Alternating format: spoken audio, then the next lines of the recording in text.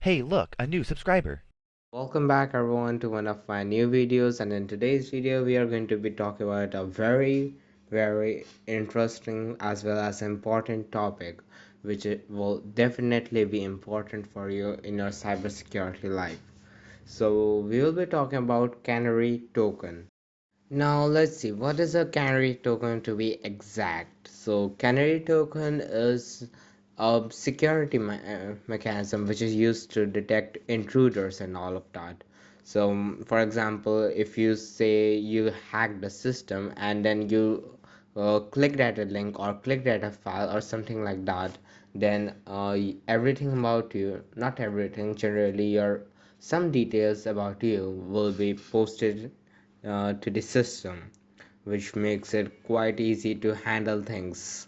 So basically by this you can be considered invincible system.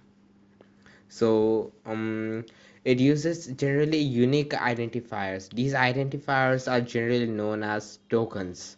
So if you want to know more about it, then